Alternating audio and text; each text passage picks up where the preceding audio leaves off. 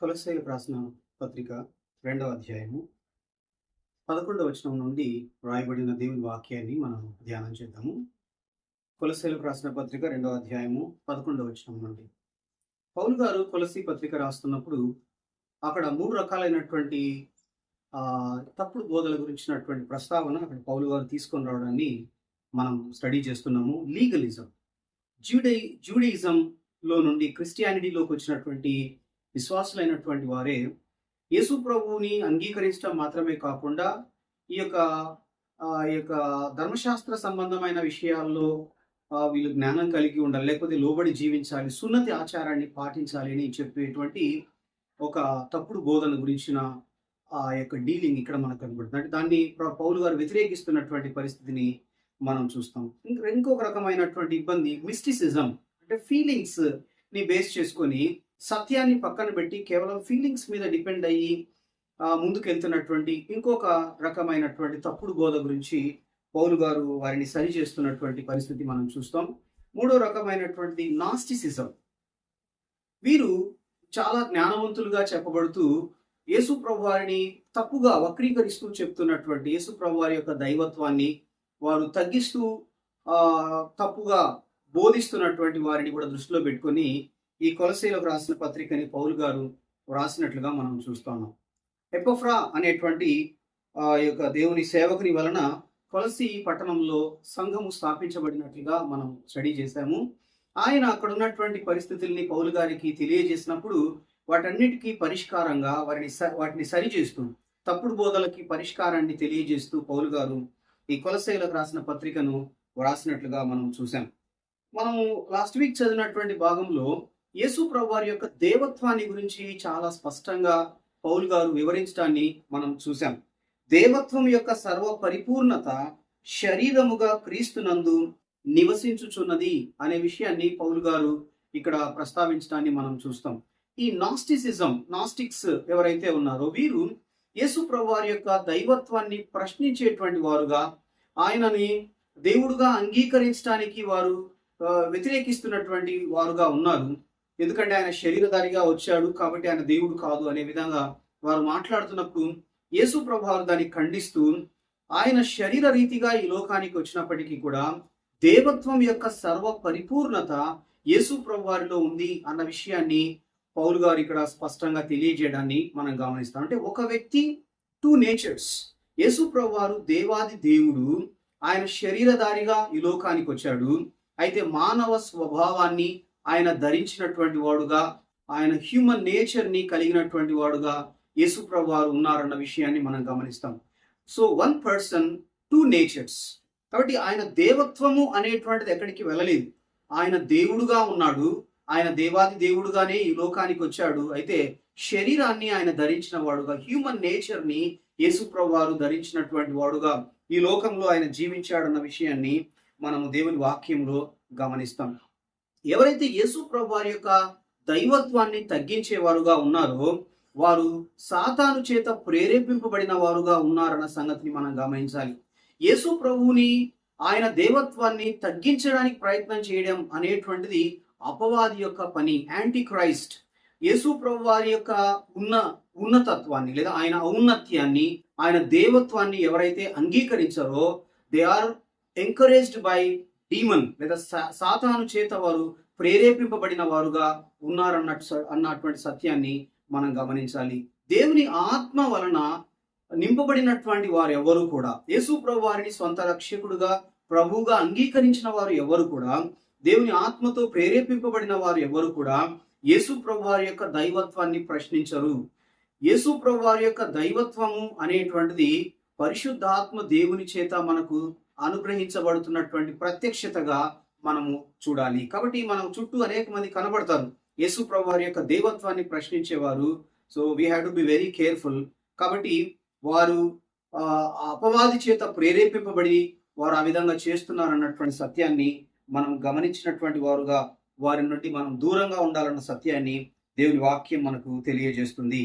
అయితే ఇక్కడ మనం చదవబోతున్నటువంటి భాగంలో ఈ కొలసీ సంఘంలోని విశ్వాసులు ఎదుర్కొంటున్నటువంటి ఇబ్బందికరమైనటువంటి లేదా అసత్యమైనటువంటి సంగతుల యొక్క ప్రస్తావన పౌలు గారు తీసుకొని వస్తూ వాటిని ఆయన ఖండిస్తూ ఉన్నటువంటి వాడుగా ఉన్నాడన్న విషయాన్ని మనం గమనిస్తాం. కొలస్సీయులకు రాసిన పత్రిక 2వ అధ్యాయము 11వ వచనం నుండి మనము గమనించినట్లయితే, మీరును క్రీస్తు సున్నతి యందు శరీర ఇచ్ఛలతో కూడిన స్వభావమును విసర్జించి ఆయన యందు చేతులతో చేయబడని సున్నతి పొందితిరి. మీరు బాప్తిస్మమందు ఆయనతో కూడా పాతిపెట్టబడిన వారై ఆయనను మృతులలో నుండి లేపిన దేవుని ప్రభావమందు విశ్వసించుట ద్వారా ఆయనతో కూడా లేచితిరి. రెండు విషయాలు ఇక్కడ పౌలు గారు ప్రస్తావిస్తున్నట్లుగా మనం గమనిస్తున్నాం. ఒకటి, సున్నతి ఆచారాన్ని గురించి పౌలు గారు మాట్లాడుతున్నారు. రెండోది, బాప్తిస్మముని గురించినటువంటి విషయాన్ని పౌలు ఇక్కడ జ్ఞాపకం చేస్తున్నట్లుగా మనం గమనిస్తాం. అబ్రహాముకు దేవుడు వాగ్దానం చేసినప్పుడు ఆయన వాగ్దానం యొక్క నెరవేర్చడం కొరకై ఇశ్రాయేలు ప్రజలంతా, అబ్రహాము యొక్క సంతానం అందరూ కూడా ఆయనతో నిబంధనలో ఉన్నారు అన్న విషయానికి గుర్తుగా దేవుడు అబ్రహాముతో చెప్పాడు. ఈ సున్నతి ఆచారాన్ని గురించి మొట్టమొదటిగా ఆదికాండం 17వ అధ్యాయంలో దేవుడు అబ్రహాముతో తెలియజేయడాన్ని మనం గమనిస్తాం.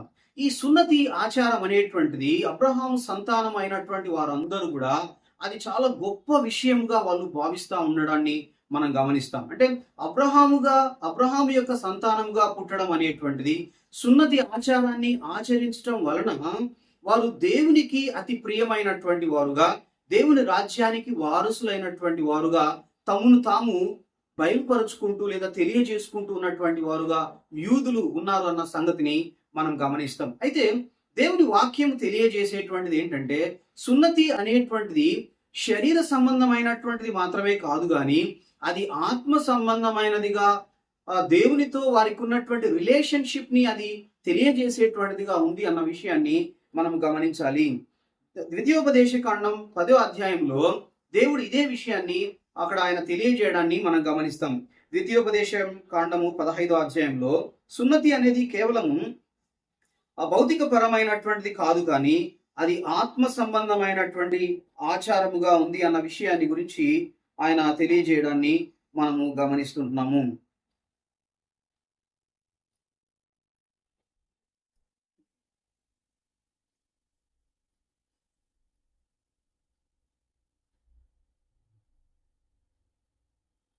మనము 10వ అధ్యాయంలోకి వచ్చినట్లయితే 16వ వచనం, ద్వితీయోపదేశ కాండము 10వ అధ్యాయం 16వ వచనంలో, కాబట్టి మీరు సున్నతి లేని మీ హృదయమునకు సున్నతి చేసుకొని ఇక మీదట ముష్కరులు కాపుడి. సో సున్నతి అనేటువంటిది హృదయమునకు సున్నతి చేసుకోవడానికి గురించి దేవుడు ఆ విషయాన్ని తెలియజేశాడు. కానీ యూదులైనటువంటి వారు చాలా మంది ఈ విషయాన్ని గ్రహించనటువంటి వారుగానే ఉన్నారు. అది కేవలము భౌతిక పరమైనటువంటి అంశముగానే వారు పరిగణిస్తున్నారు తప్ప, ఇర్మియా గ్రంథంలో కూడా దేవుడు ఇర్మియా ప్రవక్త ద్వారా తెలియజేస్తాడు అది హృదయ సంబంధమైనటువంటిది అన్న విషయాన్ని అక్కడ ఆయన తెలియజేయడాన్ని మనం గమనిస్తాం. అంటే శరీర సంబంధమైనటువంటి సున్నతి ద్వారా, ఆ యొక్క ఆచారము ద్వారా యూదులైనటువంటి వారు దేవుణ్ణి సంతోషపరిచే వారుగా లేరు, కానీ అది సున్నతి ఆచారం అనేటువంటిది హృదయ సంబంధమైనటువంటిదిగా ఉంది అన్న విషయాన్ని గురించి ఆయన తెలియజేస్తారు. కాకపోతే వీరంతా కూడా దాన్ని కేవలము భౌతిక పరమైనటువంటి అంశంగానే భావిస్తూ, సున్నతి ఆచారాన్ని మేము పాటించామంటే ఇంకా మేము దేవునికి ప్రియమైనటువంటి వారము, మాకు పరలోక రాజ్యం అనుగ్రహించబడింది అనేటువంటి ఆ యొక్క భావనలో వాళ్ళు ఉన్నారు అన్న విషయాన్ని వాళ్ళు మాట్లాడుతున్నట్లుగా మనం గమనిస్తాము. తర్వాత బాప్తిస్మమును గురించినటువంటి ప్రస్తావన కూడా ఇక్కడ పౌలు గారు తీసుకొని వస్తున్నటువంటి వారుగా ఉన్నారు. మీరు బాప్తిస్మమందు ఆయనతో కూడా పాతి పెట్టబడిన వారై ఆయనను మృతులలో నుండి లేపిన దేవుని ప్రభావమందు విశ్వసించడం ద్వారా ఆయనతో కూడా లేచితిరి. ఇక్కడ మనం రెండు రకాలైనటువంటి విషయాలు మనం గమనిస్తాం. బాప్తిస్మము అనేటువంటిది యేసు ప్రభువారి యందు విశ్వాసం ఉంచిన తర్వాత మనము ఆయనతో ఏకమై ఉన్నాము అనేటువంటి సంగతిని బహిరంగంగా తెలియజేస్తూ మనము బాప్తిస్మంలో పాలు పొందుతాము. బాప్తిస్మం ద్వారా మనం ముంచబడడం ద్వారా యేసు ప్రభుతో పాటు మనము మన పాపముల విషయమై మృతి పొందామని, మనము ఆ యొక్క నీళ్లలో నుండి తిరిగి లేవటం ద్వారా యేసు ప్రభు వారు ఏ విధంగా అయితే పునరుత్థానుడైనాడో అదే విధంగా మనం నీతి విషయమై, నీతి కొరకు జీవించడం కొరకై తిరిగి లేపబడ్డాము అనేటువంటి అర్థాన్ని ఈ యొక్క బాప్తిస్మం తెలియజేస్తున్నట్లుగా మనం గమనిస్తాం. యేసు ప్రభునందు విశ్వాసం ఉంచకుండా బాప్తిస్మం తీసుకోవడం ద్వారా ప్రయోజనం లేదు. ఇది గమనించాలి. చాలా మంది మీరు రక్షణ పొందారా అని అడిగినప్పుడు నేను బాప్తిస్మం తీసుకున్నాను అని చెప్పేవారుగా కొంతమంది మనకు కనబడతారు. ఒక వ్యక్తి బాప్తిస్మం తీసుకోవడం ద్వారా రక్షణ పొందలేడు గాని యేసు ప్రభునందు విశ్వాసం ఉంచి రక్షణ పొందినటువంటి వ్యక్తి బాప్తిస్మములో అంటే అంతరంగములో జరిగినటువంటి కార్యాన్ని బహిరంగముగా సంఘము ఎదుట, దేవుని ఎదుట, దేవుని దూతల ఎదుట బాప్తిస్మములో సాక్ష్యం ఇవ్వడం అనేటువంటిది మనము గమనిస్తాం. కాబట్టి యేసు ప్రభునందు విశ్వాసం ఉంచడం అనేటువంటిది ప్రాముఖ్యమైనటువంటి అంశము అనేటువంటిది మనం గమనించాలి. కాబట్టి బాప్తిస్మం ద్వారా యేసు ప్రభువుతో మనం ఏకమై ఉన్నామన్న విషయాన్ని మనము తెలియజేస్తున్నాము అన్న విషయాన్ని ఇక్కడ పౌలు గారు తెలియజేస్తున్నట్లుగా మనం గమనిస్తుంటున్నాము. అయితే 13, 15 వచనాల్లో మనం గమనించినట్లయితే మీ అపరాధముల వలనను శరీరమందు సున్నతి పొందక ఉండుట వలనను మీరు మృతులై ఉండగా, ఈ మాట ఎఫెసీలకు రాసిన పత్రిక 2వ అధ్యాయంలో కూడా మీ అపరాధముల చేతను పాపముల చేతను మీరు చచ్చిన వారై ఉండగా అనేటువంటి విషయాన్ని ఈ యొక్క ఎఫెసీ 2వ అధ్యాయంలో కూడా పౌలు గారు తెలియజేయడాన్ని మనం గమనిస్తాం. ఎవ్రీబడి హ్యూమన్ బీయింగ్స్ అంతా కూడా పాపముల వలన అపరాధముల వలన మనం అందరము మృతి చెందినటువంటి స్థితిలో ఉన్నామన్న విషయాన్ని మనం గమనించాలి. అయితే మృతి చెందినటువంటి వారు అయినటువంటి మనల్ని దేవుడు తన పరిశుద్ధ ఆత్మ వలన మనము యేసు ప్రభు వారి గురించినటువంటి గ్రహింపులోకి రావడానికి, యేసు ప్రభునందు విశ్వాసం ఉంచడం కొరకైన ప్రేరేపణ పరిశుద్ధ ఆత్మ దేవుడు మనకు అనుగ్రహించేవాడుగా, తద్వారా మనం యేసు ప్రభునందు విశ్వాసం ఉంచి మృతి చెందినటువంటి మనము తిరిగి లేపబడేటువంటి వారుగా యేసు ప్రభు వారు మనల్ని చేశారన్న సంగతిని మనం గమనించాలి. కాబట్టి మనం మృతులై ఉన్నప్పుడు యేసు ప్రభు వారు మనల్ని తిరిగి లేపారు అన్న సంగతిని మనము జ్ఞాపకం చేసుకోవాలి. అయితే దేవుడు వ్రాతరూపకమైనటువంటి ఆజ్ఞల వలన మన మీద రుణముగాను మనకు విరోధముగాను ఉండిన పత్రమును మేకులతో సిలువకు కొట్టి దాని మీది చేవ్రాతను తుడిచివేసి మనకు అడ్డము లేకుండా దానిని ఎత్తివేసి మన అపరాధములన్నిటినీ క్షమించి ఆయనతో కూడా మిమ్మును జీవింపచేసెను. ఆయన ప్రధానులను అధికారులను నిరాయుధులనుగా చేసి సిలువ చేత జయోత్సవంతో వారిని పట్టి తెచ్చి బాహాటముగా వేడుకకు కనబరచెను. మన పాపములు అన్నీ కూడా అవి ఒక బోర్డు మీద రాయబడినటువంటివిగా, మన అపరాధములు పాపములు అవి రాయబడినటువంటివిగా ఉన్నప్పుడు యేసు ప్రభువారు మన నిమిత్తమై శిలువలో మరణించి మనం చేసిన పాపములకు మనం అనుభవించాల్సినటువంటి శిక్షను యేసు ప్రభువారు అనుభవించి మన పాపములన్నిటినీ కూడా ఆయన తుడిచి వేసినటువంటి వాడుగా ఉన్నాడు. మన అపరాధములన్నిటినీ కూడా ఆయన తుడిచి వేసినటువంటి వాడుగా ఉన్నాడు. యేసు ప్రభువారు శిలువ మీద మరణించారు. ఆయన శిలువ మీద మన నిమిత్తమై శిక్ష అనుభవించారు. ఆయన మృతి చెందారు. ఆయన పాతి పెట్టబడి 3వ దినాన తిరిగి లేచారు. కాబట్టి మన పాపములన్నీ కూడా ఆయన శిలువకు కొట్టివేశారు. అంటే మనము అనుభవించాల్సిన శిక్ష అంతా కూడా యేసు ప్రభువారు అనుభవించి మన మీద ఉన్న దోషం అంతా కూడా ఆయన తీసివేసినటువంటి వాడుగా, వాటన్నిటిని తుడిచి వేసినటువంటి వాడుగా యేసు ప్రభువారు ఉన్నారన్న సంగతిని ఇక్కడ మనం దేవుని వాక్యములో గమనిస్తున్నాము. కాబట్టి మన మీద ఇంకా పాపము లేదు, మన మీద ఏ రకమైన దోషము లేదు. ఎందుకంటే యేసు ప్రభువారు ఆ దోషం అంతటిని తుడిచి వేసినటువంటి వాడుగా ఉన్నాడు. ఇంకా మన మీద ఏ రకమైనటువంటి నేరము పాపము లేదు. ఎందుకంటే యేసు ప్రభువారు మన నిమిత్తమై శిలువలో మృతి చెందారు. మన పాపములన్నిటికీ రావాల్సిన శిక్షను యేసు ప్రభువారు భరించారు అన్న సంగతిని మనం గమనిస్తుంటున్నాము. ఆయన చేసినటువంటిది మనకు అడ్డము లేకుండా దానిని ఎత్తివేశాడు. మన అపరాధములన్నింటినీ క్షమించాడు. ఆయనతో కూడా మిమ్మును జీవింపజేసెను. మృతి చెందినటువంటి వారమైనటువంటి మనల్ని యేసు ప్రభువారు మృతి నుండి మనల్ని సజీవులుగా తిరిగి లేపారు. ఆయన మన పాపములన్నిటికీ రావాల్సిన శిక్షను యేసు ప్రభువారు భరించారు అన్న విషయాన్ని మనం గమనిస్తుంటున్నాము. అంతేకాదు అపవాది యొక్క అనుచరులు ఎవరైతే ఉన్నారో వారందరినీ కూడా ఓడించి యేసు ప్రభువారు వారిని ఆ యొక్క పెరేడ్ నిర్వహించినట్లుగా, వారు ఓటమి చెందినటువంటి వారందరినీ ఊరేగించినట్లుగా యేసు ప్రభువారు ఊరేగించినటువంటి వాడుగా ఉన్నాడు.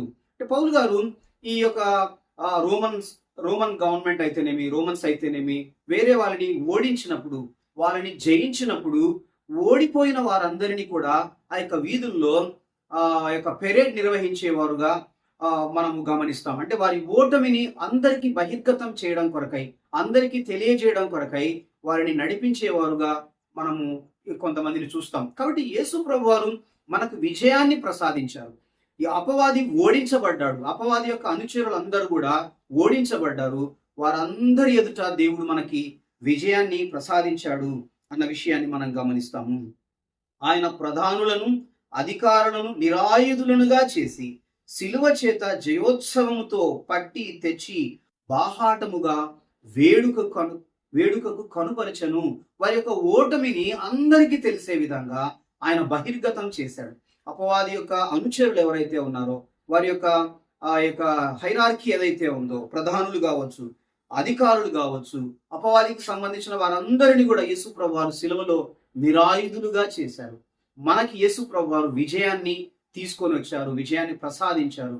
మృతి చెందినటువంటి వారమైన మనల్ని ఆయన తిరిగి లేపాడు అన్న విషయాన్ని మనం గమనిస్తున్నాము. ఆ తర్వాత 16వ వచనం నుండి ఈ యొక్క మిస్టిసిజం గురించినటువంటి విషయాన్ని పౌలు గారు జ్ఞాపకం చేస్తున్నట్లుగా, అంటే మిస్టిసిజం అన్నటువంటిది ఏంటంటే సత్యముతో సంబంధం లేకుండా ట్రూత్ ని పక్కన పెట్టేసి ఫీలింగ్స్ ని ఆధారం చేసుకొని ముందుకు వెళ్ళడం అనేటువంటి కాన్సెప్ట్ ని మిస్టిసిజం అని అంటారు. సో వీళ్ళు అనేక రకాలైనటువంటి ఫీలింగ్స్ ని తెలియజేస్తూ యొక్క యేసు ప్రభు వారి యొక్క సత్యాలు ఏవైతే ఉన్నాయో వాటిని వాళ్ళు తగ్గించేటువంటి వారుగా, వాటిని పట్టించుకోకుండా ఉండేటువంటి వారుగా ఉన్నారన్న సంగతిని తర్వాత వచనాల్లో మనం చూస్తుంటున్నాము. కాబట్టి అన్నపానముల విషయంలోనైనను, పండుగ, అమావాస్య, విశ్రాంతి దినము అనువాటి విషయంలోనైనను మీకు తీర్పు తీర్చ ఎవనికిని అవకాశం ఇవ్వకుడి. ఇవి రాబో వాటి ఛాయయే కాని నిజ స్వరూపము క్రీస్తులో ఉన్నది. పాత నిబంధన గ్రంథంలో మనం ధర్మశాస్త్రములు గమనించినట్లయితే దేవుడు ఇశ్రాయేలు ప్రజలకి ఇవన్నీ కూడా వాళ్ళకి నియమించినటువంటి వాడుగా ఉన్నాడు. అవి అమావాస్య అయితేనేమి, విశ్రాంతి దినం అయితేనేమి, ఇవన్నీ కూడా దేవుడు వారు సరైనటువంటి మార్గంలో ఒక సిస్టమాటిక్ వేలో నడవడం కొరకై వారికి దేవుడు అనుగ్రహించిన వాడుగా ఉన్నాడు. అయితే ఇవన్నీ కూడా ఎంతవరకు అంటే యేసు ప్రభువారు శరీరధారిగా ఈ లోకానికి వచ్చి మన నిమిత్తమై మృతి పొంది తిరిగి లేచేంత వరకు దేవుడు వాటిని అనుమతించాడు. యేసు ప్రభువారు ఎప్పుడైతే ఈ లోకానికి వచ్చారో ఇంకా వాటన్నిటితో ఇంకా అవసరం లేకుండా చేశాడు. పాత నిబంధనలో ఉన్నటువంటి ఆచార వ్యవహారాలు ఏవైతే ఉన్నాయో, బలి ఏదైతే ఉందో, ఇవన్నీ కూడా యేసు ప్రభువారు రావటం ద్వారా ఇంకా వాటి యొక్క అవసరం లేకుండా దేవుడు చేశాడన్నటువంటి సత్యాన్ని మనం గమనించాలి. యేసు ప్రభువారు వచ్చేంత వరకు దేవుడు వాటిని అనుమతించాడు. ఎందుకంటే నిజ స్వరూపము క్రీస్తులో ఉంది. ఇవన్నీ కూడా ఇమేజెస్ మాత్రమే. అంటే మనకి ఒరిజినల్ ఆబ్జెక్ట్ ఏదైతే ఉంటుందో దాన్ని బట్టి దాని యొక్క ఇమేజ్ అనేటువంటిది ఫామ్ అవడం అన్నది మనం చూస్తాం. కాబట్టి నిజ స్వరూపము క్రీస్తులో ఉంది. ఈ ఆచార వ్యవహారాలు అన్నీ కూడా యేసు ప్రభువారు వచ్చేంత వరకు కూడా అవి అనుమతించబడ్డాయి అన్న సంగతిని మనం గమనించాలి. కాబట్టి యేసు ప్రభువారు ఈ లోకానికి వచ్చిన తర్వాత కూడా ఇంకా మనం వాటికి లోబడి ఉండవలసినటువంటి అవసరం లేదన్న సంగతిని మనం గమనించాలి. అయితే వీరు ఏం చెప్తున్నారంటే, ఇంకా మనం యేసు ప్రభువారు ఈ లోకానికి వచ్చినప్పటికీ కూడా, యేసు ప్రభువారు మన నిమిత్తమై మృతి పొంది తిరిగి లేచి మనకి రక్షణను అనుగ్రహించినప్పటికీ కూడా ఇంకా మనం వాటినే పాత పద్ధతుల్ని, పాత ఆచారాల్ని మనం పాటించాల్సిందే అని చెబుతూ యేసు ప్రభు శిలువలో చేసినటువంటి కార్యాన్ని వారు డిమినిష్ చేసేటువంటి వారుగా, దాన్ని తగ్గించేటువంటి వారుగా, యేసు ప్రభునందు విశ్వాసం ఉంచితే సరిపోదు, ఇంకా మీరు అవి చేయాలి, ఇవి పాటించాలి, వీటికి లోబడి ఉండాలని తప్పుదోవ పట్టిస్తున్నటువంటి వారుగా వీరు ఉన్నారు. దాన్ని పౌలు గారు ఖండిస్తూ ఈ మాటలు రాయడాన్ని మనం గమనిస్తున్నాము. 18-19 వచనాలు మనం గమనిస్తే, అతి వినయాసక్తుడై దేవదూత ఆరాధన యందు ఇచ్చే కలిగి తాను చూచిన వాటిని గురించి గొప్పగా చెప్పుకొనుచు తన శరీర సంబంధమైన మనసు వలన ఉప్పొంగుచు శిరస్సును హత్తుకొనని వాడెవడును మీ బహుమానమును అపహరింపనీయకుడి. మీ శిరస్సు మూలముగా సర్వ శరీరము కీళ్ల చేతను నరముల చేతను పోషింపబడి అతుకబడినదై దేవుని వలన కలుగు వృద్ధితో అభివృద్ధి పొందుచున్నది. యేసు ప్రభు వారి యందు విశ్వాసం ఉంచిన వారందరూ కూడా శరీరముగా ఎంచబడుతున్నారు. యేసు ప్రభు వారు శరీరానికి శిరస్సుగా ఉన్నారు. సంఘము అనేటువంటి శరీరానికి యేసు ప్రభు వారు శిరస్సుగా ఉన్నారు. ఆయనకు మనం లోబడి శిరస్సుకు బాడీ అంతా కూడా ఏ విధంగా లోబడి ఆ యొక్క శిరస్సు యొక్క కంట్రోల్లో ఉంటుందో, శిరస్సు యొక్క ఆజ్ఞలకు లోబడి ఆ యొక్క శరీరం ఏ విధంగా నడుచుకుంటుందో, అదే విధంగా యేసు ప్రభు వారికి లోబడి, యేసు ప్రభు వారి యొక్క ఆజ్ఞలకు లోబడి మనము జీవించవలసినటువంటి వారుగా ఉన్నాం. అయితే కొంతమంది శిరస్సుని హత్తుకొనకుండా ఉన్నటువంటి వారు అనేక రకాలైనటువంటి విషయాలు చెబుతూ వారు ఏం చేస్తున్నారు? ప్రభు నుండి దూరంగా విశ్వాసుల్ని దూరం చేయడానికి ప్రయత్నం చేస్తున్నారు. వారి విషయంలో మీరు జాగ్రత్తగా ఉండండి అని పౌలు గారు ఎంతో స్పష్టంగా వారిని హెచ్చరిక చేస్తున్నట్లుగా మనము గమనిస్తుంటున్నాం. కాబట్టి సంఘము అంతా కలిసి మనము అభివృద్ధి చెందవలసినటువంటి వారుగా ఉన్నాం. యేసు ప్రభు వారితో అతుకబడినటువంటి వారమైనటువంటి మనం, ఈ శిరస్సు అయినటువంటి యేసు ప్రభు వారితో అతుకబడినటువంటి వారమైనటువంటి మనము ప్రభుతో సాన్నిహిత్యాన్ని, సహవాసాన్ని, సంబంధాన్ని కలిగినటువంటి వారుగా మనం దినదినము అభివృద్ధి చెందాలన్నది దేవుని చిత్తము అయి ఉన్నది అన్న సంగతిని మనము గమనించాలి. 22 వచనాలు మనం గమనిస్తే ఈ యొక్క 3 వచనాల్లో అసెటిసిజం అనేటువంటి ఇంకొక కాన్సెప్ట్ ని గురించి పౌలు గారు ఖండిస్తున్నట్లుగా మనం గమనిస్తాం. ఈ అసెటిసిజం అనేటువంటిది ఏంటంటే సెల్ఫ్ డినయల్, శరీరాన్ని శ్రమపరచుకోవడం, మన శరీరాన్ని మనము ఆ శ్రమకి లోను చేయడము, దాన్ని బాధకి లోను చేయడం ద్వారా సెల్ఫ్ ఆ యొక్క ఎస్టీమ్, అంటే మనల్ని మనం, అంటే నేను ఇది చేయడం ద్వారా, ఇది నేను చేయకుండా ఉండడం ద్వారా నేను చాలా గొప్ప అనేటువంటి ఆ యొక్క భ్రమలు కలిగి జీవించడం అనేటువంటిది ఈ అసెటిసిజం అనేటువంటి ఆ యొక్క వాదం ఏదైతే ఉందో వాళ్ళు చెప్పేటువంటి విషయాలుగా ఇవి ఉన్నాయి. ఇక్కడ ఆయన మాట్లాడుతూ ఏమంటున్నారు చూడండి, 22 వచనాల్లో మనం గమనిస్తే, మీరు క్రీస్తుతో కూడా లోకము యొక్క మూల పాఠముల విషయమై మృతి పొందిన వారైతే లోకములో బ్రతుకుచున్నట్టుగా మనుషుల ఆజ్ఞలను, పద్ధతులను అనుసరించి చేత పట్టుకొనవద్దు, రుచి చూడవద్దు, ముట్టవద్దు అను విధులకు మీరు లోబడనేలా అవన్నీ వాడుకొనుట చేత నశించిపోవును. అట్టివి స్వేచ్ఛారాధన విషయములోను, వినయ విషయములోను, దేహ శిక్ష విషయములోను జ్ఞాన రూపకమైనవై ఎంచబడుచున్నవే కానీ శరీర ఇచ్ఛా నిగ్రహ విషయంలో ఏమాత్రమును ఎన్నిక చేయదగినటువంటివి కావు. అంటే మీరు వారి యొక్క కాన్సెప్ట్ ఏంటంటే, ఇది చేయడం లేదు నేను అంటే నేను చాలా గొప్ప, నేను ఇది చేస్తున్నాను కాబట్టి నేను చాలా గొప్ప. ఈ యొక్క మ్యాన్ మేడ్ రిలీజియన్ కి సంబంధించినటువంటి కాన్సెప్ట్స్ గా ఇవి ఉన్నాయన్న విషయాన్ని మనం గమనిస్తుంటున్నాము. అంటే నేను ఇది చేయడం లేదు, లేకపోతే ఇది చేయడం లేదు, ఇది చేయడం లేదు, ఇది నేను తినడం లేదు కాబట్టి నేను ఐఎమ్ సో గ్రేట్, ఈ రకమైనటువంటి భావాన్ని వాళ్ళు కలిగినటువంటి వారుగా ఉన్నారు. అంటే ఇతరులతో కంపేర్ చేసి చెప్తున్నప్పుడు, ఆ వ్యక్తి వీటిని తింటున్నాడు, నేను తినడం లేదు కాబట్టి ఆ వ్యక్తి కంటే నేను చాలా గొప్పవాణ్ణి అని చెప్తూ తమను తాము సెల్ఫ్ రైచియస్నెస్ ని ప్రొజెక్ట్ చేసేటువంటి వారుగా, తాము చాలా నీతిమంతులుగా ఉన్నాము అని ప్రజలకు తెలియజేయడం కొరకై వారు చేస్తున్నటువంటి ఆ ప్రయాసగా ఇది ఉంది అన్న సంగతిని పౌలు గారు ఇక్కడ తెలియజేస్తుంటున్నారు.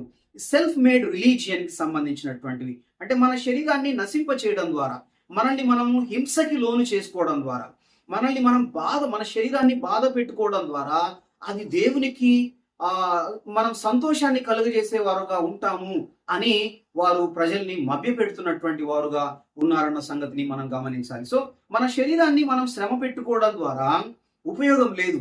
అంటే మనల్ని మనము ఆ యొక్క సెల్ఫ్ మేడ్ రిలీజియన్ ని మనము పాటించడం ద్వారా దేవుని మనం మెప్పించలేమన్నటువంటి సంగతిని మనం గమనించాలి. కాబట్టి యేసు ప్రభు వారు శిలువలో మన కొరకు చేసిన బలియాగం ద్వారా తప్ప మనం ఏ విషయంలోనూ దేవుని సంతృప్తి పరచలేమన్నటువంటి సత్యాన్ని మనం గ్రహించాలి. అంటే మనం పాటించే ఆచార వ్యవహారాలు అనేటువంటివి దేవుణ్ణి మెప్పించి దేవుని ఎదుట మనం నీతిమంతులుగా, నిర్దోషులుగా తీర్చబడేటువంటి అవకాశమే లేదు అన్న సత్యాన్ని మనం జ్ఞాపకం చేసుకోవాలి. కొంతమంది ఇవన్నీ చేయడం ద్వారా మేము దేవుణ్ణి సంతోషపరుస్తున్నాము అనేటువంటి ఆ యొక్క భ్రమలో, ఆ యొక్క అసత్యంలో ఉన్నారు. కానీ పౌలు గారు దాన్ని ఖండిస్తూ ఈ మాటలు వారికి తెలియజేస్తున్నట్లుగా మనం గమనిస్తున్నాం. మీరు క్రీస్తుతో కూడా లోకం యొక్క మూల పాఠముల విషయమై మృతి పొందిన వారైతే మీరు ఇవన్నీ చేయవలసినటువంటి అవసరం లేదు. యేసు ప్రభు వారు మీ యొక్క పాప క్షమాపణకు అవసరమైనటువంటి కార్యాలన్నీ చేశారు, ఆయన చేసి ముగించారు. కాబట్టి మీరు ఇంకా చేయడానికి ప్రయత్నం చేస్తున్నారంటే you are not believing what Christ has done on the cross. సిలువలో యేసు ప్రభు వారు చేసినటువంటి కార్యాన్ని మీరు విశ్వసించడం లేదు, కాబట్టి మీరు అవి ఇవి చేసి ప్రభువుని మెప్పించడానికి ప్రయత్నం చేస్తున్నారు. దాని వలన ప్రయోజనం లేదు, దానివల్ల మీరు రక్షణ పొందలేరన్న విషయాన్ని పౌలు గారు ఎంతో స్పష్టంగా తెలియజేస్తున్నట్లుగా మనం గమనిస్తుంటున్నాం. కాబట్టి శరీర ఇచ్ఛ నిగ్రహ విషయంలో ఇవి ఏ మాత్రమును ఎన్నిక చేయదగినటువంటివి కావు. సో వీరి యొక్క ఆ రోజుల్లో ఉన్నటువంటి ఈ యొక్క రకరకాలైనటువంటి ఆ యొక్క సిద్ధాంతాలు ఏవైతే ఉన్నాయో అవన్నీ కూడా ప్రభు సిలువలో చేసినటువంటి బలియాగాన్ని డిమినిష్ చేయడానికి, మినిమైజ్ చేయడానికి వాళ్ళు చేసేటువంటి ప్రయత్నాలుగా ఉన్నాయి. అంటే యేసు ప్రభు వారి యందు విశ్వాసం ఉంచడంతో పాటుగా మీరు ఇవి చేయాలి, అవి చేయాలి, ఇవి చేయాలి అని ప్రభునందు విశ్వాసం ఉంచినటువంటి వారిని తప్పుదోవ పట్టిస్తున్నటువంటి వారుగా ఉన్నారు. మన రక్షణ కొరకై, మన యొక్క నిత్య జీవం కొరకై మనము చేయవలసిన కార్యం ఏమీ లేదు. యేసు ప్రభు వారు ఆల్రెడీ చేసి ముగించారు. కేవలం మనం యేసు ప్రభు వారి యందు విశ్వాసం ఉంచడం ద్వారా మనం పరిపూర్ణమైనటువంటి వారుగా చేయబడి మనం నిత్య జీవానికి, పరలోక రాజ్యానికి వారసులమవుతామన్న సంగతిని మనం గమనించాలి. మనము సొంతంగా సెల్ఫ్ రిలీజియన్ బేస్ చేసుకొని, లేదా మనము మన యొక్క శరీరాన్ని బాధకి, వేదనకి గురి చేసుకోవడం ద్వారా మనం రక్షణ పొందలేము. కానీ యేసు ప్రభు సిలువలో మన కొరకు చేసిన కార్యమునందు మనం విశ్వాసం ఉంచడం ద్వారా మాత్రమే మన పాపములకు క్షమాపణ కలుగుతుంది. మనం దేవుని ఎదుట నిర్దోషులుగా తీర్చబడతామన్న విషయము దేవుని వాక్యం ఎంతో స్పష్టంగా తెలియజేస్తుంది. కాబట్టి ఆయన మన నిమిత్తమై ఆయన సిలువలో మరణించారు, మన పాపములన్నింటినీ తుడిచివేశారు. మనం యేసు ప్రభునందు విశ్వాసం ఉంచడం ద్వారా ఉచితముగా మన పాపములకు క్షమాపణ, ఉచితముగా దేవుని ఎదుట నిర్దోషులుగా తీర్చబడి పరలోక రాజ్యానికి వారసులం అవుతామన్న సంగతి దేవుని వాక్యం ఎంతో స్పష్టంగా తెలియజేస్తుంది. దీనికి వేరు అయినటువంటి బోధ అది అపవాది నుండి వచ్చేటువంటిది, అది సత్యమైనటువంటిది కాదు, అది ప్రజల్ని దేవుని నుండి మరల్చేటువంటిదిగా ఉంది అన్న సంగతిని గమనించి దాని నుండి మనం జాగ్రత్త పడాలని దేవుని వాక్యం ఎంతో వివరంగా తెలియజేస్తుంది. ఈ మాటలు వింటున్నటువంటి ప్రియులైనటువంటి మీరు యేసు ప్రభు వారిని అంగీకరించారా? యేసు ప్రభు వారు మీ పాపముల నిమిత్తమై సిలువలో మరణించారు. మీరు అనుభవించాల్సిన శిక్ష యేసు ప్రభు వారు అనుభవించి ఆయన పూర్తిగా మన పాపములకు రావాల్సిన శిక్ష అంతటినీ భరించారు. మనము యేసు ప్రభునందు విశ్వాసం ఉంచితే సరిపోదు. ఇంకా మనం ఏం చేయాల్సిన అవసరం లేదు. ప్రభువా, నేను నా పాపముల విషయంలో మృతి చెందిన వాడనై ఉండగా నా నిమిత్తమై నువ్వు మరణించావని నేను నమ్ముతున్నాను ప్రభువా, నా పాపములన్నీ క్షమించు, నన్ను నీ బిడ్డగా చేసుకో ప్రభువా అని మీరు ఒక మాట ప్రభుతో చెప్పినట్లయితే మీరు చేసిన ప్రతి పాపాన్ని యేసు ప్రభు వారు క్షమించి మీకు నిత్య జీవాన్ని, పరలోక రాజ్యాన్ని యేసు ప్రభు వారు అనుగ్రహించడానికి ఆయన సిద్ధంగా ఉన్నాడు. ఆ విధంగా చేయడానికి దేవుడు మీకు కృప అనుగ్రహించును గాక. Thank you. Praise the lord.